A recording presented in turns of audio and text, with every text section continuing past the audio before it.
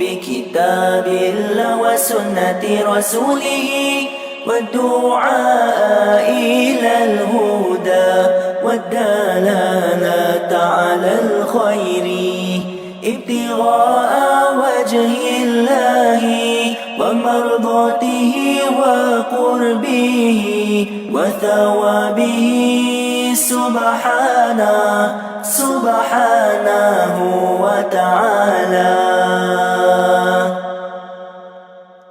نويت التعلم والتعليم والتذكر والتذكير والنفع والانتفاع والإفادة والاستفادة والحث على التمسك بكتاب الله وسنة رسوله والدعاء إلى الهدى والدلالة على الخير ابتغاء وجه الله ومرضاته وقربه وثوابه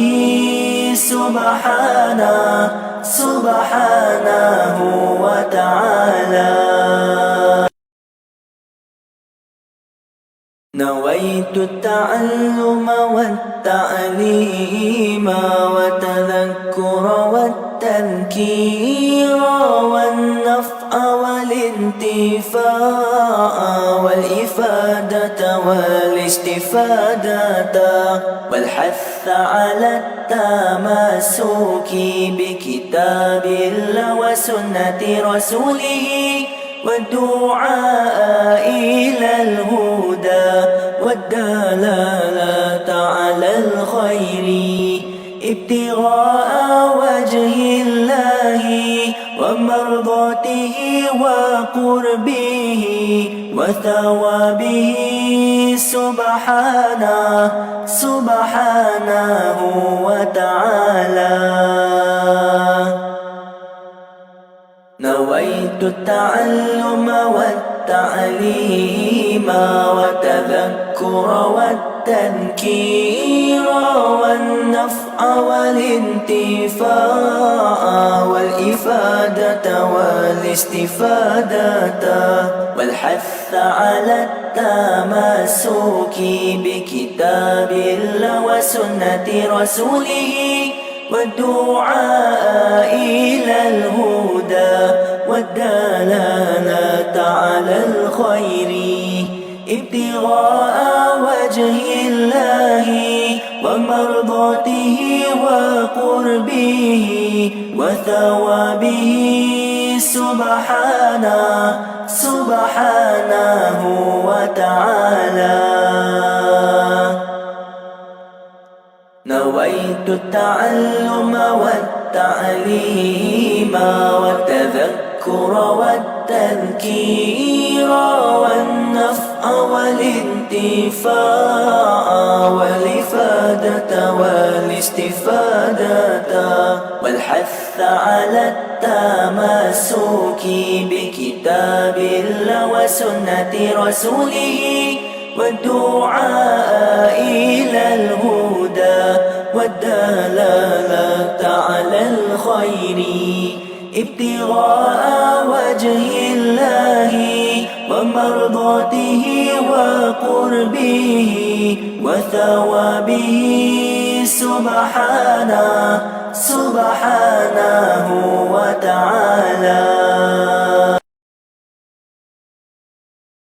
نويت التعلم والتعليم والتذكر والتذكير والنفع والانتفاع والإفادة والاستفادة والحث على التمسك بكتاب الله وسنة رسوله والدعاء إلى الهدى والدلالة على الخير ابتغاء وجه الله ومرضاته وقربه وثوابه سبحانه وتعالى. نويت التعلم والتعليم والتذكر والتذكير والنفع والانتفاع والإفادة والاستفادة والحث على التمسك بكتاب الله وسنة رسوله والدعاء إلى الهدى والدلالة على الخير ابتغاء وجه الله ومرضاته وقربه وثوابه سبحانه وتعالى. نويت التعلم والتعليم والتذكر والتذكير والنفع والانتفاع والإفادة والاستفادة والحث على التمسك بكتاب الله وسنة رسوله والدعاء.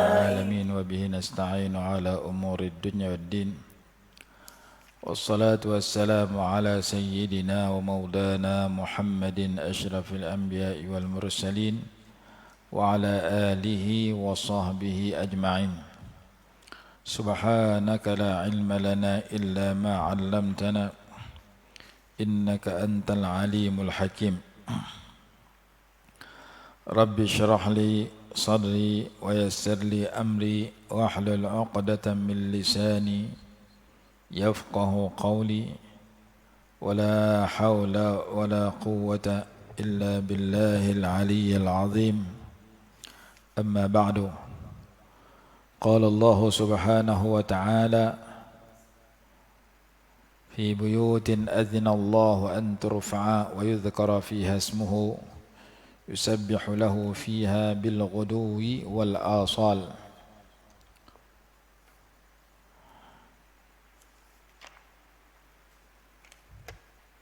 Ia berada di dalam rumah-rumah ibadat yang diperintahkan oleh Allah supaya dimuliakan keadaannya. Ia berada, yakni nur hidayah petunjuk Allah itu bersinar dengan nyatanya, terutama sekali di rumah-rumah Allah Subhanahu wa taala, di rumah-rumah ibadat, yakni di dalam masjid-masjid yang diperintahkan oleh Allah Subhanahu wa taala agar dimuliakan keadaannya.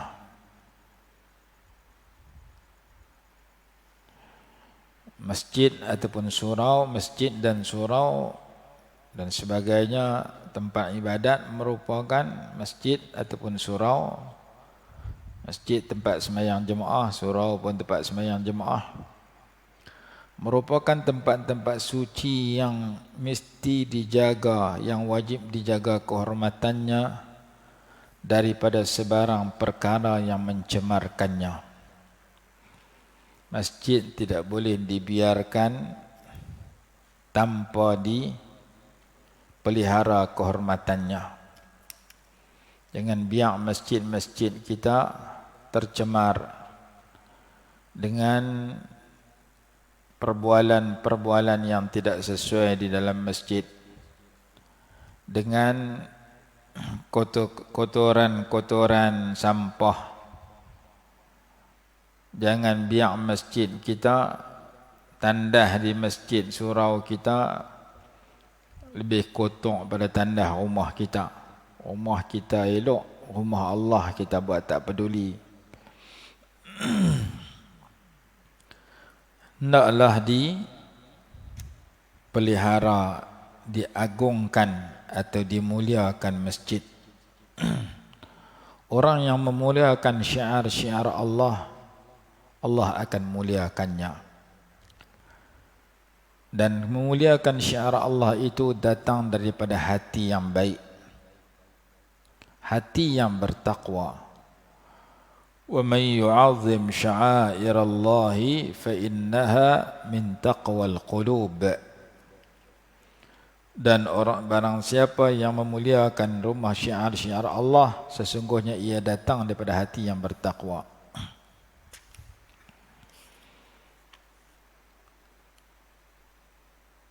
Adzinallahu an turfa'a, Allah mengizinkan untuk diagungkan akan dia, akan rumah-rumah Allah itu. Yang pertama, rumah Allah ini perlu dimuliakan, dihormati, dijaga kemuliaannya, tidak dicemari. Yang kedua, wa yuzkara fiha ismuhu, disebutkan di dalamnya akan nama Allah, tempat kita berzikir. Yang ketiga, yusabbihu lahu fiha bil ghuduwi wal asal, bertasbih kepada Allah di dalamnya pada waktu pagi dan pada waktu petang. Siapakah yang bertasbih itu? Ayat berikutnya Allah menyatakan, rijalun la tulhihim tijaratun wala bay'un an dzikrillahi.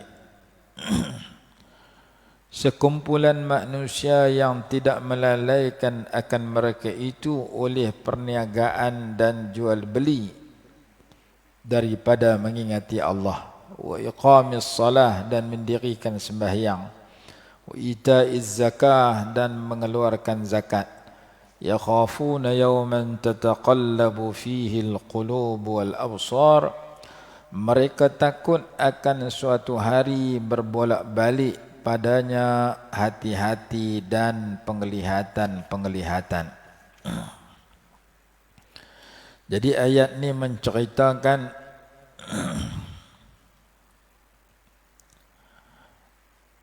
beberapa sifat orang yang duk pi masjid. Sifat pertama, walaupun mereka kerja cari makan, ada yang menega, ada yang jual beli, ada yang selain itu.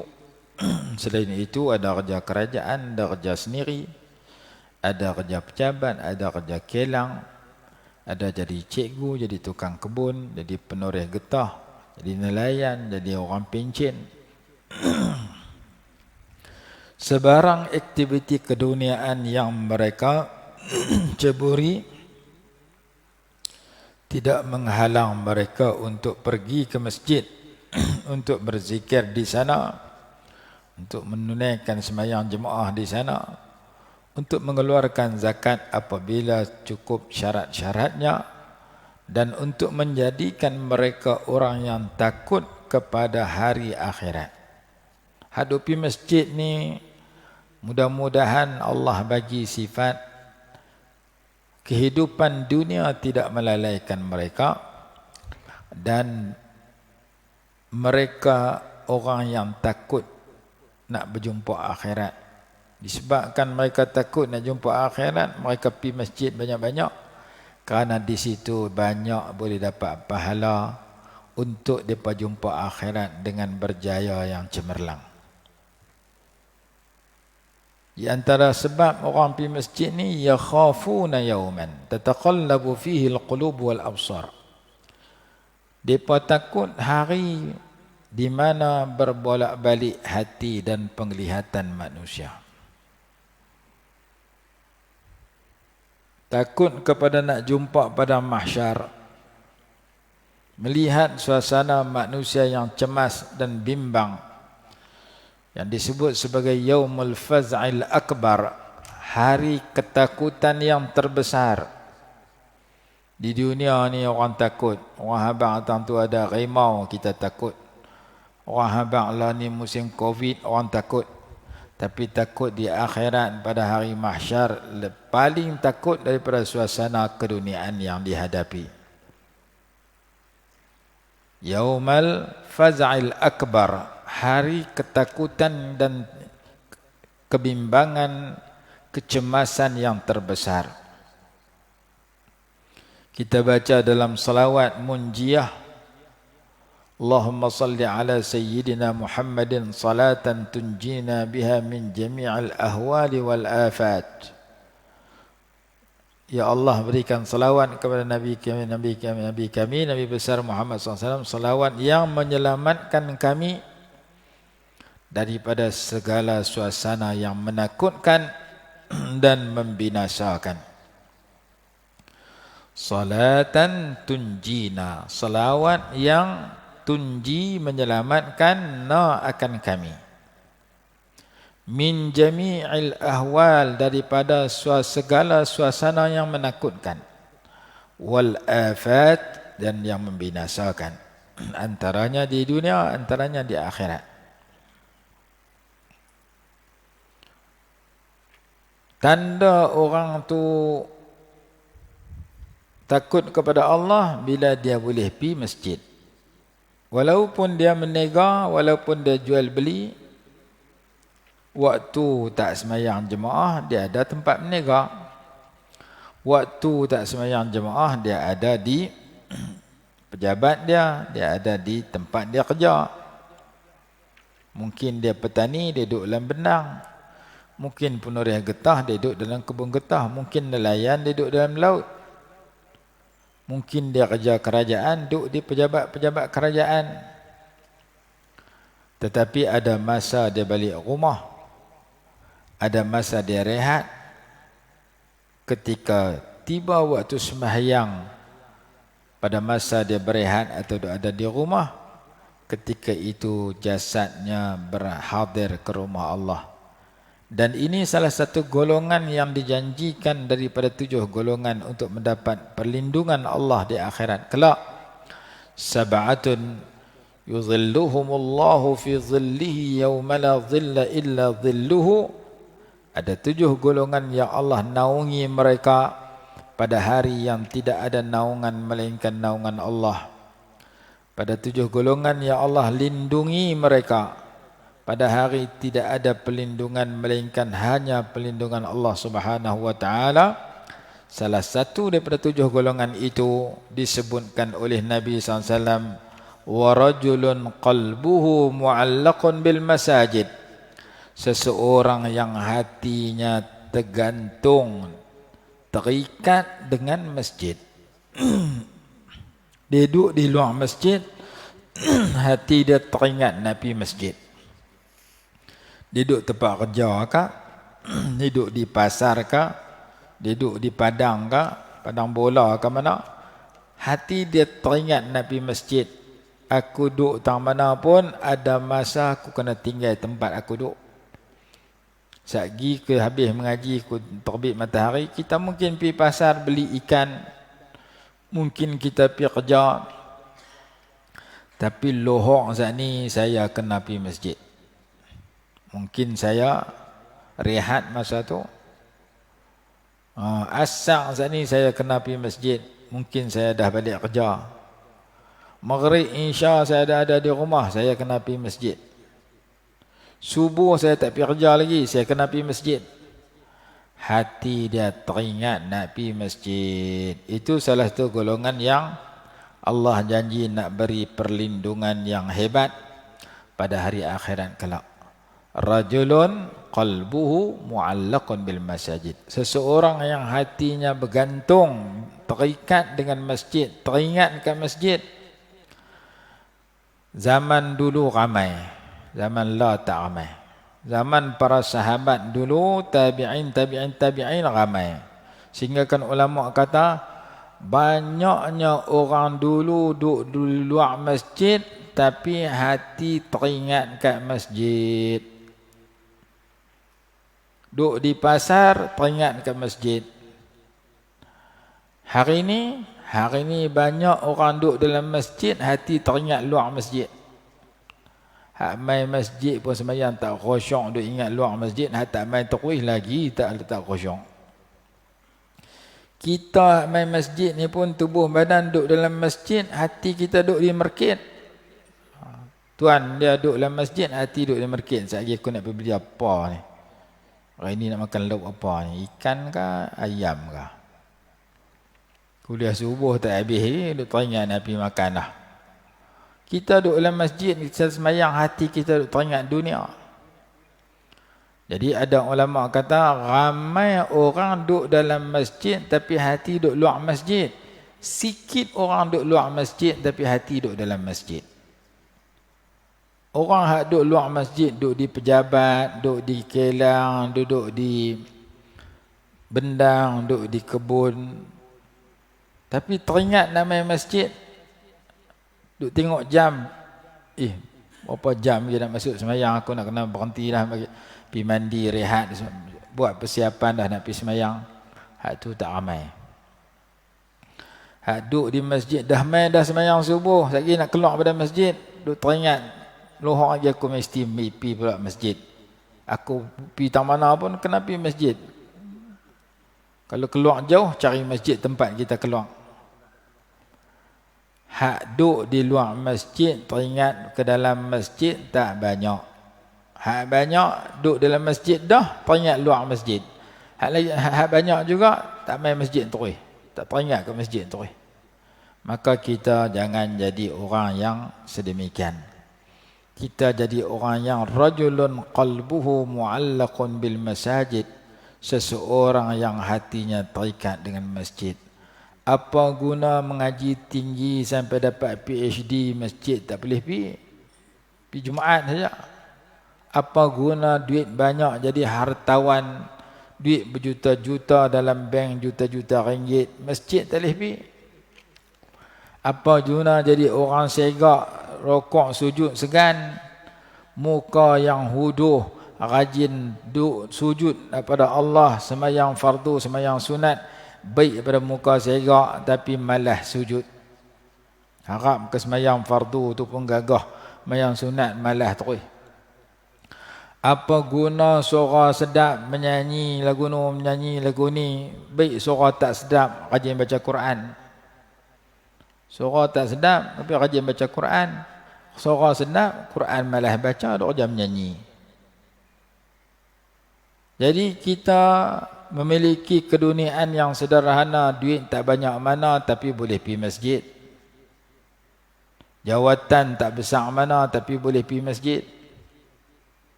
Jawatan besar, masjid tak pernah pijak. Harap ke hari Jumaat saja. Tilam mahal, tahajud tak pernah mangkit. Orang tidur tilam murah, ada pun tak ada tilam, tapi boleh mangkit semayang sebelum subuh. Baik pada hak tilam beli ribu-ribu ringgit, tidur sampai tak mangkit tahajud. Jadi penilaian di sisi Allah sejauh mana ketingginya takwa seseorang, bukan hebatnya jawatan keduniaan yang mereka miliki. Dan Allah buat contoh orang-orang yang memiliki keduniaan ini, satu ahli syurga, satu ahli neraka. Yang jadi raja ahli neraka Fir'aun, Namrud. Yang jadi raja ahli syurga Nabi Sulaiman, Nabi Dawud, wali Allah nama Raja Talut. Raja ahli neraka, Raja Jalut. Raja yang jadi ahli syurga, Raja Talut. Raja ada kekasih Allah seperti Nabi Daud, Nabi Sulaiman, Raja Talut. Ada Nabi, ada wali Allah. Dia dengan jawatan raja yang Allah bagi pada dia, dia jadi orang dekat dengan Allah, Allah kasih dia. Pemimpin nombor satu negara menjadi kekasih Allah. Seperti Al-Khulafa Ar-Rashidin. Sayyidina Abu Bakar, Sayyidina Umar, Sayyidina Uthman Sa'adi jadi pemimpin nombor satu negara, mentadbir negara lebih kalut pada kita. Kita tadbir rumah kita, tadbir bendang kita, kita tadbir jawatan kita tak banyak mana. Ni memimpin negara. Sayyidina Umar jadi khalifah, Sayyidina Abu Bakar jadi khalifah, masjid tak nak tinggal. Kita kalut sikit dah, tak boleh pergi masjid dah. Karena kita hidup di suatu zaman orang tak berapa nak pi ke rumah Allah Subhanahu wa taala. Oh, lah ni tak boleh pi ustaz, lah ni apa COVID lockdown. niat nak pi walaupun kita tak boleh pi. Nanti bila habis PKP esok, masjid dah dibuka ruang, pi lebih daripada sekali dalam seminggu. Jangan pi hari Jumaat, sembahyang Jumaat saja, lepas tu minggu depan pula baru nampak muka kita. Sebulan 4 kali saja pi masjid. Hari Jumaat, hari Jumaat, hari Jumaat, hari Jumaat. Pasal 4 minggu Jumaat. Waktu lain tak ada dalam minda aku masjid. Market ada. Market seminggu 7 kali pi. Hari-hari dia pergi market beli ikan baru. Ikan medak tak lalu makan. Pejabat pergi seminggu 5 kali. Jumaat Sabtu cuti. Ahad sampai Khamis pergi pejabat. Pejabat 5 kali. Market 5 kali seminggu. Masjid seminggu sekali. Rugi tak dapat pahala banyak. Karena kita baca fadilat di masjid begitu banyak. Yang jadi menteri di kalangan kekasih Allah, Nabi Yusuf alaihi salatu wassalam. Kemudian menteri kepada Nabi Sulaiman, Asif ibnu Barkhia. Yang dengan karamahnya Allah memindahkan tempat duduk Puteri Balqis daripada Palestin ke Yaman, daripada Yaman ke Palestin dalam masa tak sampai sekelip mata. Qabla an yartadda ilaika talfuk. Jadi ada muka menteri yang jadi kekasih Allah di kalangan Nabi, iaitu Nabi Yusuf AS. Ada menteri yang menjadi kekasih Allah di kalangan para wali Allah, iaitu Asif ibn Barkhia. Menteri yang menjadi musuh Allah, Haman. Perdana Menteri yang Allah kasih, Asif ibn Barkhia. Perdana Menteri yang Allah murka, Haman. Perdana Menteri kepada Fir'aun. Ada orang kaya yang Allah kasih, Sayyidina Abu Bakar radhiyallahu anhu. Ada orang kaya yang Allah benci, Qarun. Orang kaya yang Allah kasih, Sayyidina Abdurrahman ibn Auf, Sayyidah Khadijah radhiyallahu anhu ajmain. Lelaki dan perempuan ada. Allah bagi harta banyak, dia guna kat dia pun ada, dia sumbang kepada agama Allah berlambak-lambak. Sayyidina Osman sama juga. Sayyidina Osman radhiyallahu anhu dalam perang Tabuk paling dia bagi banyak. Sayyidina Abu Bakar bagi banyak. Sayyidina Abdurrahman ibn Auf bagi banyak. Sayyidina Umar bagi separuh. Ridwanullahi alaihim ajma'in. Hartawan, jutawan yang menjadi ahli syurga. Jutawan yang menjadi ahli neraka, Qarun. Orang kaya jadi ahli neraka, Abu Lahab. Ma aghna anhu maluhu wa ma kasab. Orang kaya yang jadi ahli neraka, Umayyah ibn Khalaf. Banyak lagi ahli perniagaan di Mekah yang menjadi penentang kepada Nabi besar Muhammad SAW. Jadi kita baca dalam sejarah, pegang jawatan ke, pegang harta ke, ada yang menjadi ahli syurga, ada menjadi ahli neraka. Jawatan macam kita hak banyak ni lagi banyak. Jawatan hak sikit dalam negara seperti jawatan raja, seperti jawatan Perdana Menteri, seperti jawatan menteri itu pun ada baik ada jahat. Contoh orang baik ada, kalau dalam Quran Iskandar Zulkarnain, raja yang menjadi ahli syurga. Zulkarnain, wa yas'alunaka an Dzulqarnain. Mereka bertanya kamu tentang Zulkarnain. Jadi jawatan yang ramai-ramai lagi pada tu, pekerja kelang ramai, penoreh getah ramai, petani ramai, cikgu ramai. Maka sudah tentu ada cikgu yang menuju ke syurga, ada cikgu menuju neraka. Ada penoreh getah yang masuk, yang menjadi ahli syurga, ada penoreh getah yang menuju kepada neraka. Apabila pekerja-pekerja itu di samping dia mencari rezeki disebabkan pekerjaan dia, rezeki dia tidak menghalang dia untuk menjadi orang yang ingat ke Allah Ta'ala. Itu ahli syurga. Itulah ayat yang kita baca sekarang. Rijalun la tulhihim tijaratan wala bai'un an zikrillah. Sekumpulan manusia yang mana perniagaan dan pekerjaan mereka, jual beli mereka, kalau mereka ahli perniagaan, tidak menghalang mereka untuk menjadi orang yang ingat ke Allah Ta'ala, untuk menjadi orang yang boleh sembahyang 5 waktu, boleh pergi masjid, boleh mengaji, boleh zikir, boleh buat fardu, boleh buat sunat, boleh jauh yang haram. Orang-orang lagu ni menegalah besar mana pun, banyak mana pun, perniagaan mereka ada masa pi menega, ada masa pi masjid. Dalam ayat lain Allah Ta'ala sebut, ya ayyuhalladzina amanu la tulhikum amwalukum wala auladukum an zikrillah wa man yaf'al dhalika faulaika humul khasirun. Wahai orang-orang yang beriman, jangan melalai akan kamu oleh harta kamu.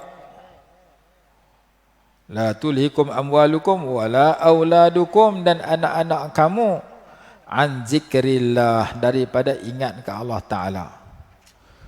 Wa may yaf'al dhalika fa ulaika humul khasirun. Siapa yang melakukan sedemikian, maka mereka orang rugi. Siapa yang harta dan anak dia menghalang dia, melalaikan dia daripada dia ingat ke Allah Ta'ala, dia tu menempah kerugian yang besar.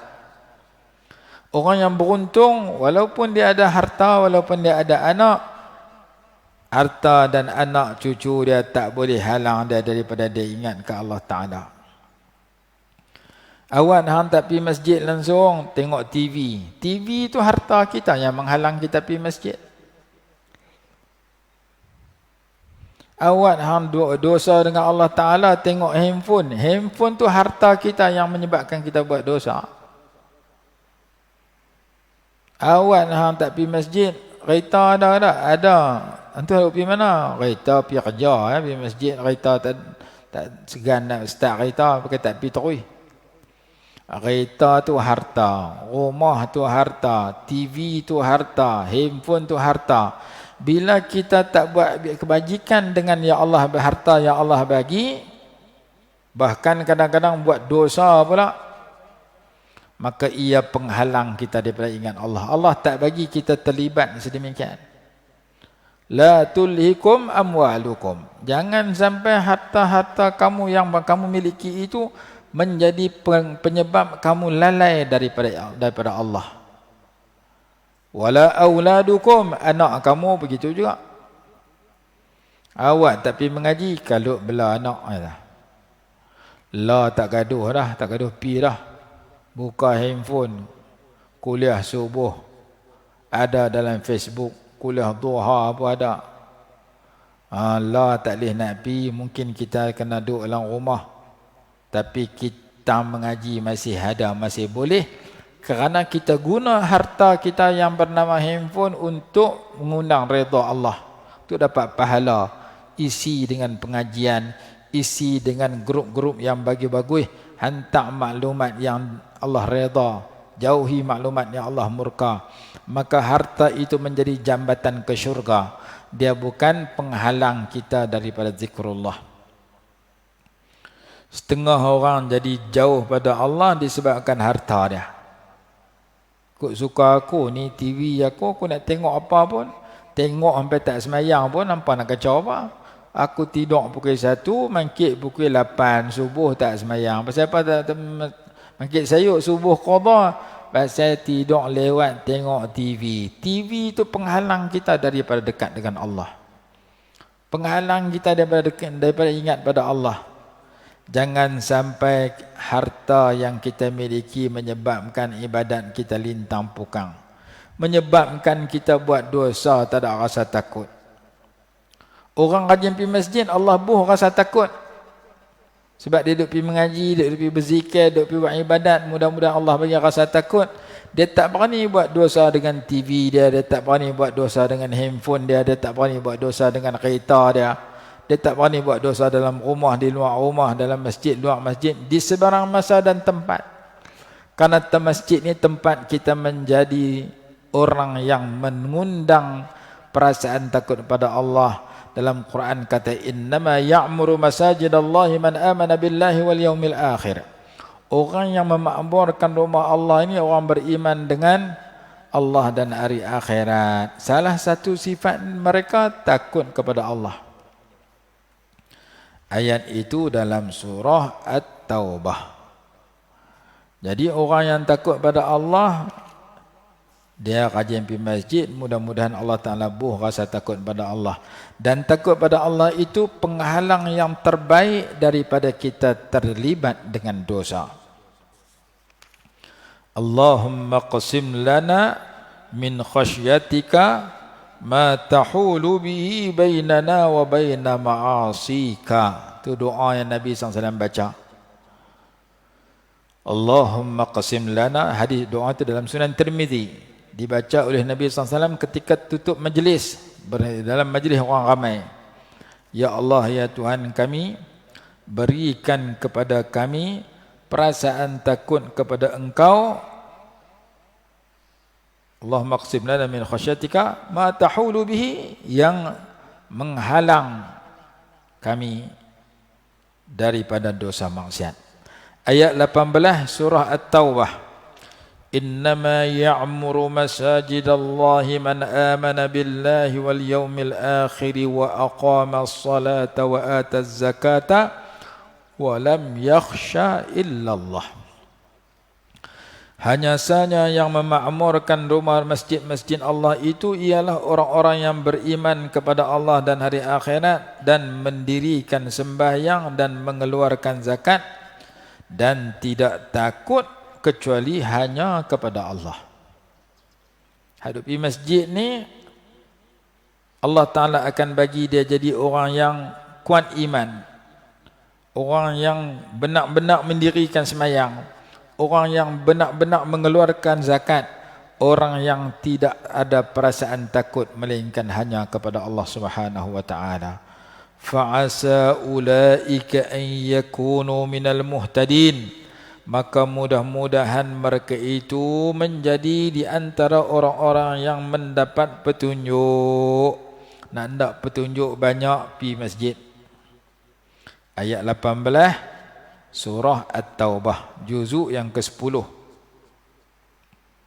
Muka surat 189. Jadi ayat ni cerita tentang anugerah Allah kepada orang pergi masjid. Anugerah yang pertama, beriman kepada Allah dan hari akhirat. Anugerah yang kedua, mendirikan sembahyang. Anugerah ketiga, mengeluarkan zakat. Anugerah keempat, tidak takut melainkan hanya kepada Allah. Allah masukkan rasa takut kepada Allah. Rasa takut kepada Allah ni penghalang daripada dosa. Kalau betul kita takut kepada Allah, kita tak buat dosa. Kalau tak takut, dosa kita buat hari-hari. Anugerah kelima, Allah tambahkan petunjuk. Fa'asa ulaika an yakuna minal muhtadin. Fa'asa ulaika an yakunu minal muhtadin. Mudah-mudahan mereka itu termasuk orang dapat petunjuk. 5 anugerah Allah kepada orang pergi masjid, kata ayat 18 surah At-Taubah. Sama dengan sini. Sini tak lalai. Walaupun mereka sibuk dengan aktiviti dunia, contoh di sini berniaga dan jual beli, contoh lain pun masuk situ. Buat bendang pun masuk, kerja kilang pun masuk, jadi cikgu pun masuk, jadi menteri pun masuk, jadi raja pun masuk, jadi YB. Semua orang ada jawatan keduniaan. Jangan sampai jawatan keduniaan menyebabkan dia tak dan nak pijak masjid, tak dan nak naik tangga masjid. Masjid tak boleh tinggal kerana ia tempat paling mulia. Tempat lain nombor 2, pi pejabat nombor 2, pi sekolah nombor 2, pi kilang nombor 2, pi pasar nombor 3. Hak nombor 1 pi masjid. Berdasarkan hadis yang berbunyi afdalu biqa'il ardil masajid wa syarruhal aswaq. Tempat paling bagus atas muka bumi adalah masjid. Tempat paling buruk atas muka bumi adalah pasar. Pasar pi seminggu 3-5 kali. Masjid pi seminggu sekali. Rugilah orang lagu tu. Rijalun la tulhihim tijaratun wala bay'un an zikrillah. wa iqamis salah wa ita'iz zakah. Yakhafun, orang duduk di masjid ni di samping dia berzikir, di samping dia mendirikan sembahyang, di samping dia menunaikan zakat, dia ada sifat takut nak jumpa akhirat. Bila takut nak jumpa akhirat, perasaan takut itu mendorong dia buat bekal banyak-banyak, mendorong dia buat ibadat sungguh-sungguh, jauhi dosa sungguh-sungguh, buat yang Allah redha, tinggal yang Allah murka. Berkat dari masjid, Allah masukkan rasa takut daripada nak jumpa akhirat. Hasil daripada itu, Allah bagi balasan yang lebih baik daripada amalan mereka, dan Allah tambah kelebihan dan kemuliaan kepada mereka. Dan Allah Maha memberi rezeki yang tidak terbatas kepada orang yang Ia kehendak. Ayat berikutnya, ayat 38 surah An-Nur. Liyajziyahumullahu ahsana ma amilu, untuk Allah memberikan balasan kepada mereka yang lebih baik daripada apa yang mereka amalkan. Wa yazidahum min fadlih, dan Allah menambah untuk mereka daripada limpah kurniaannya. Allah tambah kemuliaan demi kemuliaan. Wallahu yarzuqu man yasha'u bighairi hisabin, dan Allah memberi rezeki kepada sesiapa yang Ia kehendaki tanpa terhitung, tanpa terbatas. Banyaknya fadilat orang pergi masjid. Di samping kita boleh kuatkan iman, di samping kita boleh dirikan sembahyang, di samping kita boleh jaga bab zakat, kita bayar bila cukup syarat, di samping kita takut pada hari akhirat, di samping kita takut hanya kepada Allah, kata ayat 18 surah At-Taubah, kita bakal diberikan balasan yang lebih baik dan ditambah kemuliaan demi kemuliaan. Siapa kata? Ayat 38 surah An-Nur. Liyajziyahumullahu ahsana ma amilu, mereka yang mengerjakan semua itu supaya Allah membalas kepada mereka dengan balasan yang lebih baik daripada apa yang mereka amalkan, daripada apa yang mereka kerjakan. Wa yazidahum min fadlih, dan Allah menambah kepada mereka daripada limpah kurnianya. Yang kita duk minta ketika nak masuk masjid, Allahumma aftah li abwaab rahmatik. Ketika nak keluar masjid, Allahumma inni as'aluka min fadlik. Nak keluar masjid, minta Allah Ta'ala bagi kita kelebihan. Allah Ta'ala kata, aku mesti bagi kelebihan ke orang yang rajin pergi masjid. Wa yazidahum min fadlih, Allah tambah untuk mereka itu daripada kelebihannya. Wallahu yarzuqu man yasha'u bighairi hisabin, Allah memberi rezeki kepada siapa yang Ia kehendaki tanpa terhitung. Tak ada batasan, tak ada had. Terlalu melimpah dan banyaknya rezeki yang Allah nak bagi. Kita sambung besok kerana masa tidak mengizinkan, sikit lagi daripada perbahasan ayat ini. Wallahu a'lam. A'udzubillahi minasyaitonirrajim. Bismillahirrahmanirrahim. Alhamdulillahirabbil alamin, wassalatu wassalamu ala sayyidina Muhammad wa ala alihi wa sahbihi barik wasallim. Allahumma anfa'na bima 'allamtana wa 'allimna ma yanfa'una warzuqna ilman yanfa'una bi rahmatika ya arhamar rahimin.